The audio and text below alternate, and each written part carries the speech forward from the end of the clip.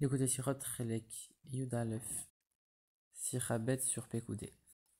La paracha, elle commence en disant Ele Pekoudé Mishkan, Mishkan Aedut.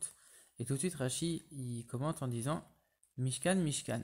Pourquoi ici on répète deux fois le mot Mishkan? Rashi dit deux fois. C'est une allusion au Beth Amikdash qui a été détruit par deux destructions à cause des fautes du peuple juif. Alors le rabbi il pose plusieurs questions sur ce Rashi. La première question elle est la suivante. C'est vrai que ici c'est le bon endroit pour faire l'allusion au Beth Amikdash.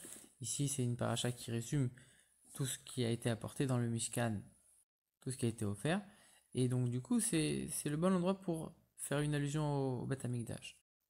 Et la question qui se pose c'est pourquoi tu fais allusion aux destructions des deux Beth Amikdash? Pourquoi tu fais pas allusion à leur construction? La deuxième question c'est que en hébreu dans le texte de Rashi c'est une allusion au Beth Amikdash chez Nitmashken qui a été repris, pas été détruit, qui a été repris. Et le mot Nitmashken, on peut le traduire finalement, on peut le rattacher à la racine du mot qui veut dire Shrina, qui veut dire résider. Et donc du coup, c'est la même question, pourquoi on ne souligne pas le fait que Dieu a résidé dans le Mishkan au lieu de souligner le fait qu'il a été repris? Troisième question, Rashi, il souligne dans le titre de son commentaire, il dit Mishkan, Mishkan deux fois. Donc on comprend très bien qu'il veut expliquer pourquoi le mot il est répété. Et pourtant, quand même, il répète dans son commentaire Shne Peamim deux fois. Pourquoi tu as besoin de répéter? On a déjà compris que tu viens ici nous expliquer pourquoi c'est écrit deux fois. Pourquoi tu réécris encore une fois? Ah, c'est écrit deux fois. On le sait que c'est ça que tu es en train de venir nous expliquer. Quatrième question, c'est pourquoi ici, il y a une manque de cohérence entre le pluriel et le singulier. Rachid écrit comme ça. C'est une allusion au Beth Amikdash qui a été repris par deux destructions. Mais finalement, c'est deux Beth Amikdash qui ont été repris avec deux destructions. Il n'y a pas eu deux destructions pour un seul Beth Amikdash. Donc ici, on aurait dû dire soit les deux Beth Amikdash qui ont été repris avec deux destructions, et donc ça aurait été beaucoup plus cohérent dans l'accord des pluriels. Cinquième question, pourquoi on a besoin de préciser que ça a été détruit à cause des fautes du peuple juif? On a déjà dit, voilà, ça fait allusion, c'est répété deux fois, ça fait allusion à deux Beth Amikdash, c'est tout. Voilà, qu'est-ce que ça a besoin de dire? Tu viens en plus dire qu'ils sont détruits, t'as pas besoin de dire c'est détruit à cause des juifs. Qu'est-ce que ça vient rajouter? Sixième question, lorsque Binyamin et Yosef se sont rencontrés, après que Yosef se soit dévoilé, alors les deux ont pleuré sur le coup de l'autre. Yosef, parce que dans son territoire il y avait le Mishkan de Shiloh qui a été détruit, et dans le territoire de Binyamin, les deux Beth Amikdash qui ont été détruits.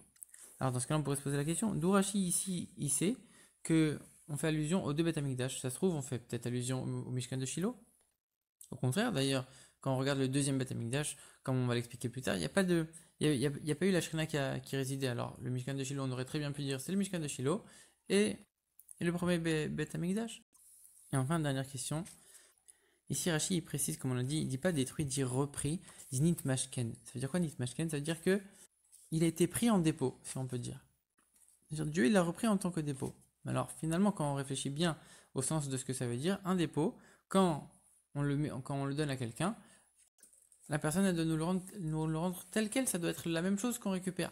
Ici, on voit que Dieu, il a repris le premier Beth Amikdash, et quand il a donné le deuxième Beth Amikdash, c'était pas du tout le même, il y avait plein de différences. Comme c'est écrit dans plusieurs endroits que la Shrina ne résidait pas, qu'il n'y avait pas de Léorim et Toumim, etc. Donc finalement, le deuxième Beth Amikdash, on ne pouvait pas dire qu'il était le même que le premier. Donc comment on peut appeler ça un dépôt puisque tu me prends le premier et tu me rends un autre, tu me rends pas la même chose? Donc ça ne peut pas s'appeler un dépôt, comment c'est possible? Rabbi donne l'explication suivante. Le but premier du Beth Amikdash, c'est de faire résider la présence de Dieu. C'est de faire en sorte que le Beth Amikdash soit une maison pour Dieu. Un endroit où Dieu va pouvoir résider de manière fixe. Et quand on regarde c'est quoi le Mishkan c'est quelque chose de complètement temporaire. La preuve c'est que déjà dans le désert il était transporté partout et on appelait ça le Ohel Moed. Ohel en hébreu ça veut dire une tente. C'est-à-dire une tente c'est quelque chose de provisoire, c'est pas quelque chose de fixe. Et donc on peut pas appeler ça une maison pour faire résider vraiment de manière fixe la présence de Dieu. Et donc finalement même si le premier et le deuxième Beth Amikdash avait plein de différences et que finalement on peut même comparer, on peut même trouver plus de points communs entre le premier Beth Amikdash et le Mishkan, mais finalement dans le but essentiel du Beth Amikdash, alors c'est évident que le premier et le deuxième, ils avaient ce but de faire résider la présence de Dieu de manière fixe, ce but-là d'avoir une maison pour Dieu qui soit fixée, qui soit une vraie maison, qui ne soit pas quelque chose de temporaire. Et donc finalement, ça c'est le point essentiel du Beth Amikdash. Et donc c'est plus important que tous les autres critères, même si on va trouver dans le Mishkan des critères qui ressemblaient beaucoup plus au premier Beth Amikdash. Le point essentiel, ici, il est le même. Et c'est ça qui est le plus important.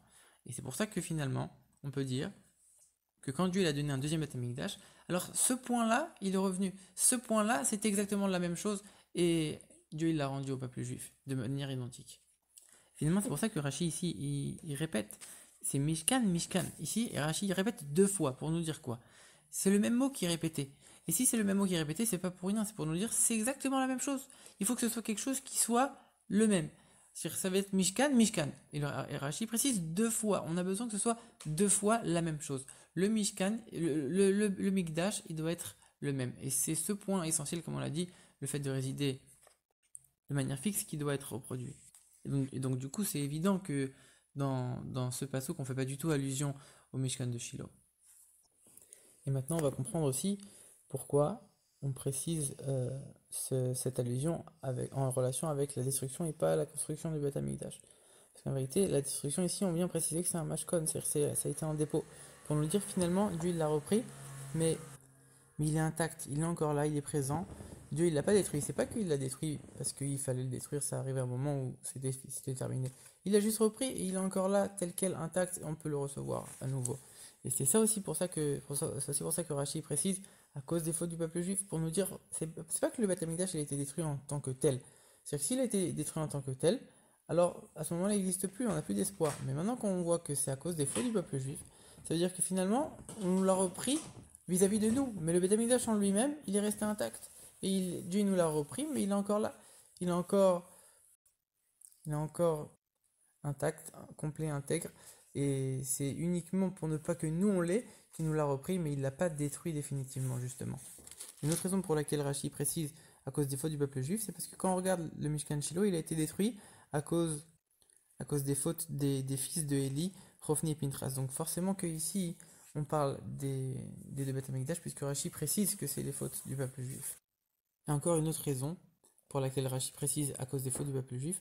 Ici, finalement, Rashi vient nous montrer à quel point Dieu il a envie que les Béné Israël ils aient le Beth Amikdash. Et la preuve, c'est que on voit que même après de nombreuses années, en ayant commis des fautes, Akadosh Baruch Hu, il a laissé le Beth Amikdash pour les Juifs.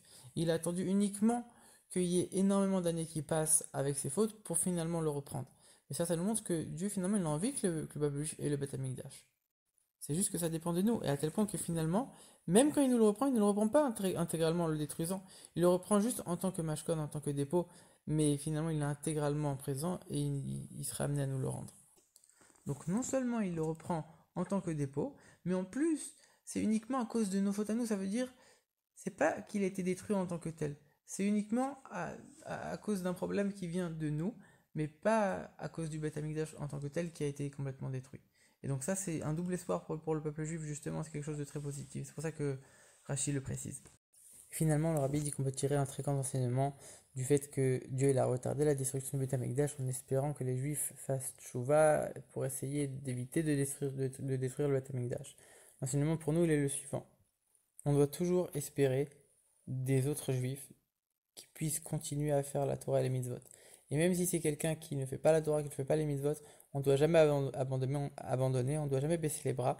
Et du fait qu'on nous a ordonné de toujours faire les reproches à notre prochain et de toujours aimer notre prochain comme nous-mêmes, alors on est obligé de toujours essayer d'aider un autre juif à faire la Torah et les mitzvot sans faire attention au niveau dans lequel il se trouve et sans jamais baisser les bras.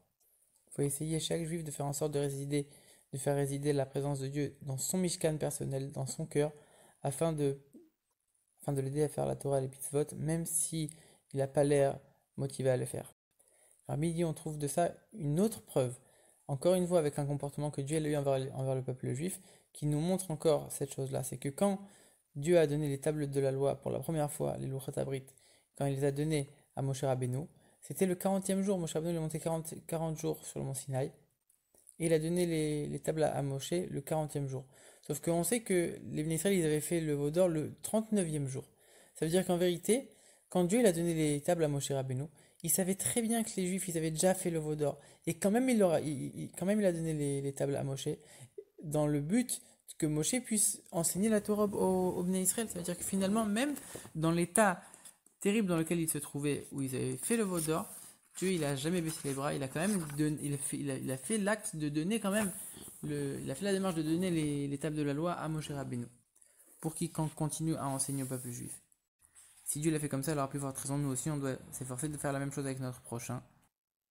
Et il faut savoir que ça nous permet d'atteindre une très grande élévation, que ce soit nous ou que ce soit lui.